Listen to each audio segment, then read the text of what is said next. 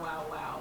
And that, in those last few seconds of the game, what was key to get this one down the stretch? I think our composure, if I could pick a word that kind of, frames it for us, whether it was executing out of bounds underneath and we get a layup, whether that is getting the rebound, whether that is our defense being locked in to keeping a body in front of a body, whether that is Mikhail flowing in transition where we don't call a timeout and he gets to his spot and makes a shot. So across the board, a lot of growth and composure from this group tonight. Awesome.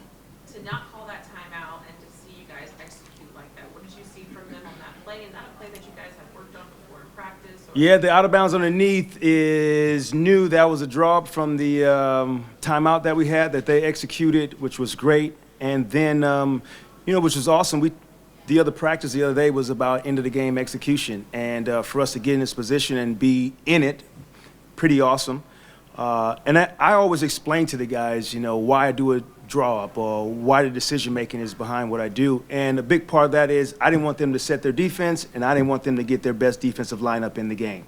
And so I put the ball in the hands of Mikhail with trust. He got to a spot and we can live with the results. This was another back and forth game. This is kind of the same similar situation we had. Always with these dudes, like going back. Are you kidding me? Right.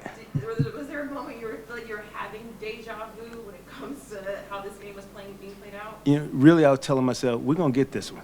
I can literally remember saying to myself, we're going to get this one.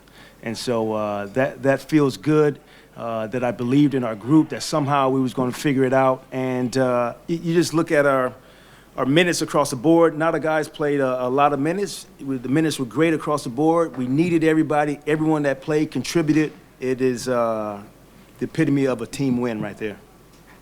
Following up on that, you guys, from the buzzer beater last year to the 40, whatever they had, 43, you guys have suffered a lot at the hands of Trae Young.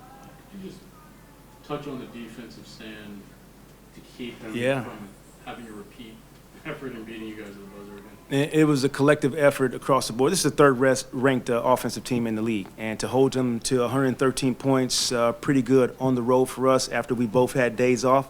I give our guys a lot of credit. Started with Mikhail taking on that assignment, and then the support behind him. I thought Dennis was unbelievable tonight when we put him in the game, and at times we told him just to guard Trae Young and to figure out how to get through pick and roll and switch in and not switch in, and he was great even to the last possession of the game. We had him in to guard Trae.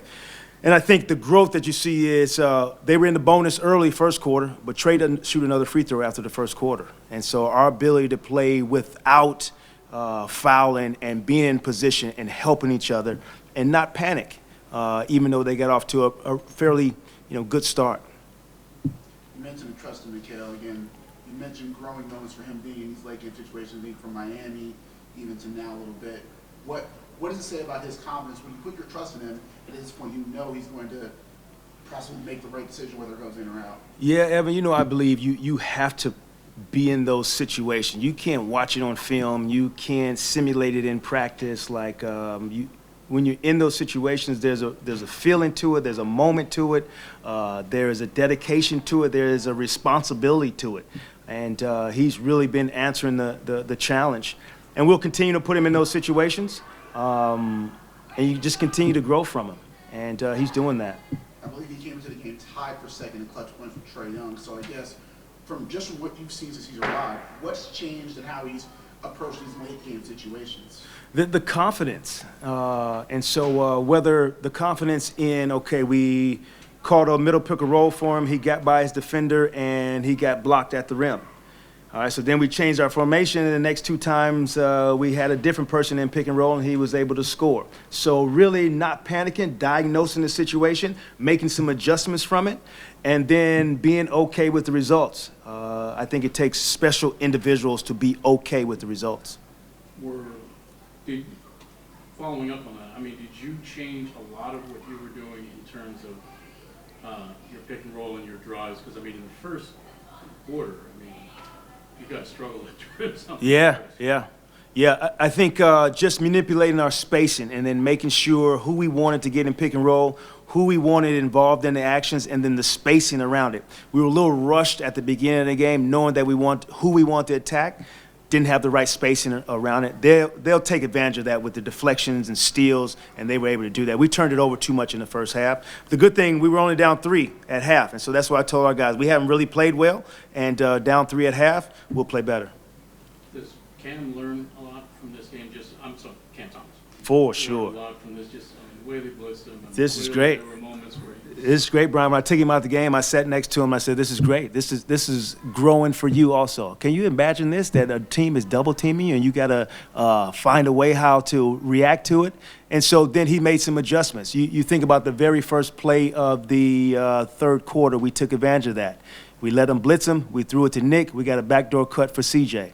And so that's just growth for him. Like, do your part as a teammate. And it's more than scoring. And he realizes that, whether that's on the defensive end, whether that's making the right play. So, man, total growth from him tonight. And still believe in him. Obviously trusting Spencer as well, too. He had a rough 3 quarters and then comes up big when he had 7 points in the straight points he has in the fourth quarter. What is it about Spencer where, again, you guys obviously have trust in him, but just in these moments, what is it about him where it's like, no matter how rough it's going, he'll find a way, I guess, to make up for it? Yeah, those are guys who just are determined to win and who show up every day wanting to win. And like you said, didn't have the greatest start and middle of the game, and that's a decision as a coach. You know, you're processing the game. Do you go back with him? Do you stay with him? Do you stick with him? Is he going to turn it around? And totally have faith in him. And for him to run off that 7, we needed that during that stretch. And it really just goes into all 9 dudes who played. At some point, they gave us something throughout the course of the night that we definitely needed. You mentioned about how all the 9 dudes, and 2 of those guys, Nick Claxton, Dayron Sharp, I know they try to make it difficult for Nick, but he was still able to find ways to be a playmaker and then also grabbing rebounds. Yeah. Dayron and Nick having double figures there. What impressed you just about their play here tonight? Yeah, they become a little tag team, which I love. You know, we've played them in shorter spurts so that high energy, high effort seems to be paying off for us. For those 2 to grab 20 rebounds against a team like that and draw fouls from being in the right position to box out and inside our guy, overall, just both of them are impacting the game on both ends of the floor. You saw Nick tonight, his ability to push the basketball for us, start breaks for us, so he's going to grow in that area. And then Dayron's just becoming more consistent. And that's what you want as a coach, to not have hesitancy of putting the guy in the game, knowing what you're going to get. He's growing in that area, and it's good to see. Have you seen the guys grow with the communication level too? So there was a lot of moments where the guys were just talking, like in huddles by themselves, talking to each other. How have you seen that take another level as these guys have gotten more opportunity to play together? Yeah, it's interesting, Megan. I think, to me, when I talk about standards, that to me is a prime example of you just take the last defensive possession. I walked to the huddle, kind of thought what they were going to run, got our guys in the right position, and then asked them, okay, what do you guys want to do? And so try to influence that conversation so it's happening when I'm not there, and it's happening amongst each other. And I think that's a great sign of your group being all in and all in together and trying to figure it out together. Contagious is the energy that Dennis brings from the bench, and especially when he's out there with Royce, with Doe, and Zay.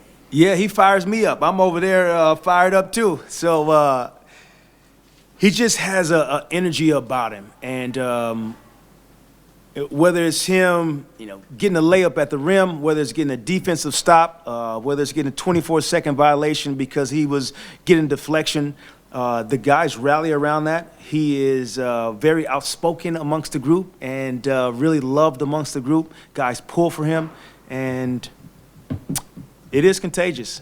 So, last time he didn't play when we were here, and we needed him tonight for sure. Thank you, Jacque. All right, guys.